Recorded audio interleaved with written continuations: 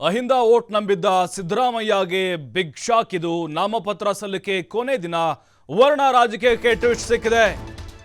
ವರ್ಣದಲ್ಲಿ ಕೊನೆ ಕ್ಷಣದಲ್ಲಿ ಕಣಕ್ಕಿಳಿದಿದ್ದಾರೆ ಬಿಎಸ್ಪಿ ಪ್ರಭಾವಿ ಅಭ್ಯರ್ಥಿ ರಾಜ್ಯಾಧ್ಯಕ್ಷ ಡಾಕ್ಟರ್ ಎಂ ಕೃಷ್ಣಮೂರ್ತಿ ಕಣಕ್ಕಿಳಿದಿದ್ದಾರೆ. ದೊಡ್ಡ ಶಾಕ್ ಇದು. ಯಾಕೆಂದ್ರೆ ಅಲ್ಲಿ ಅಹಿಂದ ಮತಗಳು ಕೂಡ ನಿರ್ಣಾಯಕ ಪಾತ್ರ ವಹಿಸ್ತವೆ. ಲಿಂಗಾಯತ ಸಮುದಾಯ ಬಹಳ ಪ್ರಬಲ ಸಮುದಾಯ ಆ ಭಾಗದಲ್ಲಿ, ಅಂದ್ರೆ ಹೆಚ್ಚಿನ ಓಟ್ಗಳಿದ್ದಾವೆ. ಅದನ್ನು ಬಿಟ್ಟರೆ ಹಿಂದುಳಿದ ಸಮುದಾಯದ ಮತಗಳಿದ್ದಾವೆ. ಬಿಎಸ್ಪಿ ರಾಜ್ಯಾಧ್ಯಕ್ಷ ಡಾಕ್ಟರ್ ಎಂ ಕೃಷ್ಣಮೂರ್ತಿ ಕಣಕ್ಕಿಳಿದಿದ್ದಾರೆ. ದಲಿತ ವರ್ಗವನ್ನೇ ಟಾರ್ಗೆಟ್ ಮಾಡಿ ದಲಿತ ಅಭ್ಯರ್ಥಿ ಕಣಕ್ಕಿಳಿದಿದ್ದಾರೆ.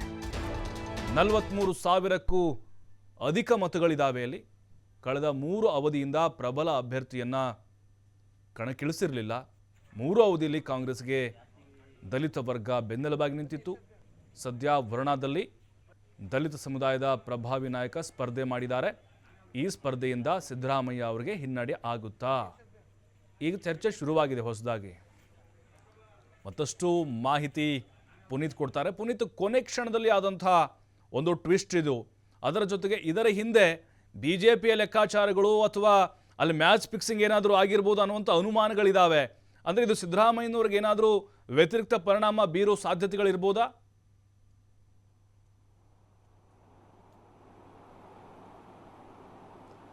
ಖಂಡಿತವಾಗಿ ಪ್ರಭು, ಯಾಕೆಂತ ಹೇಳಿದ್ರೆ ಬಿಜೆಪಿ ಇರಬಹುದು, JDS ಇರಬಹುದು, ಜೊತೆಗೆ ಬೇರೆ ಬೇರೆ ಪಕ್ಷಗಳೇನಿದ್ದಾವೆ ಇವೆಲ್ಲವೂ ಕೂಡ ಸಿದ್ದರಾಮಯ್ಯನವರನ್ನ ಕಟ್ಟಿ ಹಾಕಬೇಕು ಅಂತ ಹೇಳಿ ಸಾಕಷ್ಟು ಪ್ರಯತ್ನವನ್ನು ಮಾಡ್ತಾ ಇದ್ದಾರೆ ಅನ್ನೋದು ಇಲ್ಲಿ ಸ್ಪಷ್ಟವಾಗಿ ಕಂಡು ಬರುತ್ತೆ.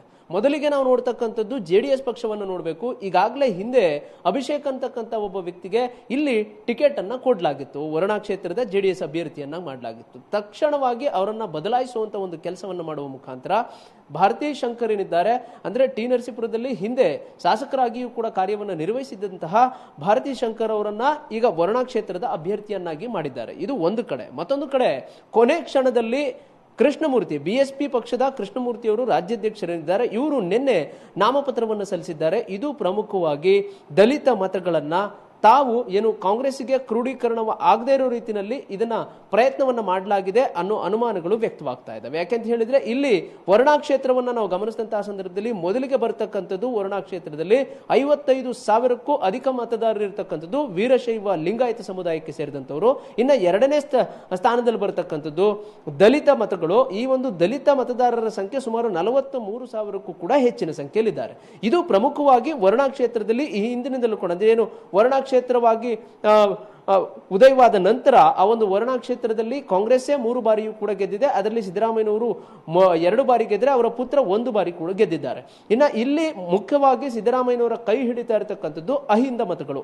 ಅದರಲ್ಲಿ ದಲಿತ ಮತಗಳು 43,000 ಮತಗಳೇನಿದ್ದಾವೆ ಇವು ಹೆಚ್ಚಿನದಾಗಿ ಸಿದ್ದರಾಮಯ್ಯನವರ ಪಾಲಾಗ್ತಾ ಇದ್ವು. ಆದರೆ ಈ ಬಾರಿ ಸಿದ್ದರಾಮಯ್ಯನವರನ್ನ ಹಣಿಲೇಬೇಕು ಅಂತ ಹೇಳಿ ಪ್ರಯತ್ನವನ್ನ ಮಾಡ್ತಾ ಇರತಕ್ಕಂಥ ಬಿಜೆಪಿ ಇರ್ಬೋದು, JDS ಇರ್ಬೋದು, ಇಲ್ಲೆಲ್ಲವೂ ಕೂಡ ಸಾಕಷ್ಟು ತಂತ್ರಗಾರಿಕೆಯನ್ನು ಮಾಡಿದ್ದಾರೆ. ಆ ಒಂದು ಹಿನ್ನೆಲೆಯಲ್ಲಿಯೇ ಈಗ ಸಿದ್ದರಾಮಯ್ಯನವರಿಗೆ ಹೆಚ್ಚಿನದಾಗಿ ಸಮಸ್ಯೆ ಆಗ್ತಕ್ಕಂಥದ್ದು ದಲಿತ ಅಭ್ಯರ್ಥಿಗಳು ಇಬ್ಬರು ಆ ಒಂದು ವರುಣಾ ಕ್ಷೇತ್ರದಲ್ಲಿ ಸ್ಪರ್ಧೆಯನ್ನು ಮಾಡಿದ್ದಾರೆ. ಅದರಲ್ಲಿ JDSನ ಭಾರತೀ ಶಂಕರ್ ಅವರು ಇರಬಹುದು, ಜೊತೆಗೆ BSPಯ ಕೃಷ್ಣಮೂರ್ತಿ ಅವರೇನಿದ್ದಾರೆ ರಾಜ್ಯಾಧ್ಯಕ್ಷರು, ಇವರು ಕೊನೆ ಕ್ಷಣದಲ್ಲಿ ನಾಮಪತ್ರ ಸಲ್ಲಿಸುವ ಮುಖಾಂತರ ವರುಣಾ ಕ್ಷೇತ್ರಕ್ಕೆ ಲಗ್ಗೆ ಇಟ್ಟಿದ್ದಾರೆ. ಇದು ಹೆಚ್ಚಿನದಾಗಿ ದಲಿತ ಮತಗಳನ್ನ ಕ್ರೋಢೀಕರಣವಾಗದ ರೀತಿಯಲ್ಲಿ ಅಲ್ಲಿ ಏನು ಇವೆಲ್ಲವೂ ಕೂಡ ಮತಗಳೆಲ್ಲವೂ ಕೂಡ ಡಿವೈಡ್ ಆಗ್ತವೆ. ಇದು ಹೆಚ್ಚಿನದಾಗಿ ಸಿದ್ದರಾಮಯ್ಯನವರಿಗೆ ಹೊಡೆತವನ್ನು ಉಂಟು ಮಾಡುತ್ತೆ. ಯಾಕೆಂತ ಬಹುಸಂಖ್ಯಾತರು ಇರತಕ್ಕಂಥ ಲಿಂಗಾಯತ ಸಮುದಾಯದ ಮತಗಳೇನಿದ್ದಾವೆ ಇವು ಬಿಜೆಪಿಯ ಪಕ್ಷದ ಪಾಲಾಗ್ತವೆ ಅನ್ನೋದಿಲ್ಲಿ ಸ್ಪಷ್ಟವಾಗಿ ಕಂಡು ಬರುತ್ತೆ. ಯಾಕೆಂತ ಹೇಳಿದ್ರೆ ಹಾಲಿ ಸಚಿವರಾಗಿರುವಂತಹ ವಿ ಸೋಮಣ್ಣ ಅವರು ವರುಣಾ ಕ್ಷೇತ್ರದ ಬಿಜೆಪಿಯ ಅಭ್ಯರ್ಥಿಯಾಗಿದ್ದಾರೆ. ಹೀಗಾಗಿ ತಮ್ಮ ಸಮುದಾಯದ ನಾಯಕನಿಗೆ ಹೆಚ್ಚಿನದಾಗಿ ಬೆಂಬಲವನ್ನು ವ್ಯಕ್ತಪಡಿಸುವಂತಹ ಒಂದು ವಾತಾವರಣ ಈಗ ಅಲ್ಲಿ ನಿರ್ಮಾಣವಾಗಿದೆ. ಇನ್ನು ಅಹಿಂದ ಮತಗಳನ್ನ ನಂಬಿದ್ದಂತಹ ಸಿದ್ದರಾಮಯ್ಯನವರಿಗೆ ಇದು ಬಿಗ್ ಶಾಕ್ ಕೂಡ ಆಗಿರತಕ್ಕಂಥದ್ದು. ಯಾಕೆಂತ ಹೇಳಿದ್ರೆ ಇಲ್ಲಿ ಕುರುಬ ಸಮುದಾಯದ ಮತಗಳನ್ನು ನೋಡಿದಂತಹ ಸಂದರ್ಭದಲ್ಲಿ 37,000 ಮತಗಳಿರ್ತಕ್ಕಂಥದ್ದು, ಒಕ್ಕಲಿಗ ಸಮುದಾಯಕ್ಕೆ ಸೇರಿದಂಥದ್ದು 12,000 ಮತಗಳಿರ್ತಕ್ಕಂಥದ್ದು, ಹೀಗೆ ಬೇರೆ ಬೇರೆ ಸಮುದಾಯದ ಮತಗಳೇನಿದ್ದಾವೆ ಇವಾವು ಕೂಡ ಇಲ್ಲಿ ಮುಖ್ಯವಾಗಿ ಸಿದ್ದರಾಮಯ್ಯನವರಿಗೆ ಬರ್ತಾ ಇದ್ವು. ಅದರಲ್ಲಿ ಹೆಚ್ಚಿನದಾಗಿ ದಲಿತ ಮತಗಳು, ಕುರುಬ ಸಮುದಾಯದ ಮತಗಳೇ ಇಲ್ಲಿ ನಿರ್ಣಾಯಕವಾಗಿ ಅಂದ್ರೆ ಸಿದ್ದರಾಮಯ್ಯನವರ ಗೆಲುವಿನಲ್ಲಿ ಪಾತ್ರವನ್ನು ವಹಿಸ್ತಾ ಇದ್ವು. ಈಗ ದಲಿತ ಮತಗಳನ್ನ ಒಡೆಯುವಂತಹ ನಿಟ್ಟಿನಲ್ಲಿ ಈ ತರದ ಒಂದು ಪ್ಲಾನ್ ಅನ್ನ ಮಾಡಲಾಗಿದೆ. ಸಿದ್ದರಾಮಯ್ಯನವರನ್ನ ಹೇಗಾದ್ರೂ ಮಾಡಿ ಈ ಬಾರಿ ಸೋಲಿಸಬೇಕು ಅಂತ ಹೇಳಿ ಪ್ರಯತ್ನವನ್ನ ಮಾಡ್ತಾ ಇರತಕ್ಕಂತಹ ಬಿಜೆಪಿಗೆ ಇದು ಬಹಳಷ್ಟು ಸುಗಮವಾದಂತಹ ಒಂದು ಹಾದಿಯಾಗಿದೆ ಅಂತಲೂ ಕೂಡ ಹೇಳ್ಬೋದು. ಯಾಕೆಂತ ಹೇಳಿದ್ರೆ ಇಲ್ಲಿ ಸಿದ್ದರಾಮಯ್ಯನವರ ಪಾಲಾಗ್ತಾ ಇದ್ದಂತಹ ದಲಿತ ಮತಗಳೇನಿದ್ವು ಈ ಎಲ್ಲ ಮತ ಮತಗಳನ್ನು ಕೂಡ ಒಡೆಯುವಂತಹ ನಿಟ್ಟಿನಲ್ಲಿ, ಅಂದ್ರೆ ಭಾರತಿ ಶಂಕರ್ ಅವರು ಕೂಡ ದಲಿತ ಅಭ್ಯರ್ಥಿಯಾಗಿದ್ದಾರೆ, ಜೊತೆಗೆ ದಲಿತ ಸಮುದಾಯಕ್ಕೆ ಸೇರಿದಂತವರಿದ್ದಾರೆ, ಜೊತೆಗೆ ಕೃಷ್ಣಮೂರ್ತಿ ಅವರು ಕೂಡ ದಲಿತ ಸಮುದಾಯಕ್ಕೆ ಸೇರಿದಂತವರಿದ್ದಾರೆ. ಹೀಗಾಗಿ 43,000ಕ್ಕೂ ಅಧಿಕ ಮತಗಳೇನಿದ್ದಾವೆ ಇವೆಲ್ಲ ಮತಗಳು ಕೂಡ ಡಿವೈಡ್ ಆಗ್ತವೆ. ಇದು ಸಿದ್ದರಾಮಯ್ಯನವರ ಹಾದಿಗೆ ಸಾಕಷ್ಟು ಎಫೆಕ್ಟ್ ಅನ್ನು ಉಂಟು ಮಾಡುತ್ತೆ. ಹೀಗಾಗಿ ಸಿದ್ದರಾಮಯ್ಯನವರನ್ನ ಈ ಬಾರಿ ಸೋಲಿಸಲೇಬೇಕು ಅಂತ ಹೇಳಿ ಸಾಕಷ್ಟು ಪ್ರಯತ್ನವನ್ನ, ಒಳತಂತ್ರಗಳನ್ನ, ಹೊಂದಾಣಿಕೆಯನ್ನ ಮಾಡಿಕೊಳ್ತಕ್ಕಂಥ ಕೆಲಸವನ್ನ ಎದುರಾಳಿ ಪಕ್ಷಗಳು ಮಾಡ್ತಾ ಇದ್ದಾವೆ ಅನ್ನೋದಿಲ್ಲಿ ಸ್ಪಷ್ಟವಾಗಿ ಕಂಡು ಬರುತ್ತೆ. ಪ್ರಭು, ಥ್ಯಾಂಕ್ ಯು ಪುನೀತ್ ತಮ್ಮೆಲ್ಲ ಮಾಹಿತಿಗಾಗಿ.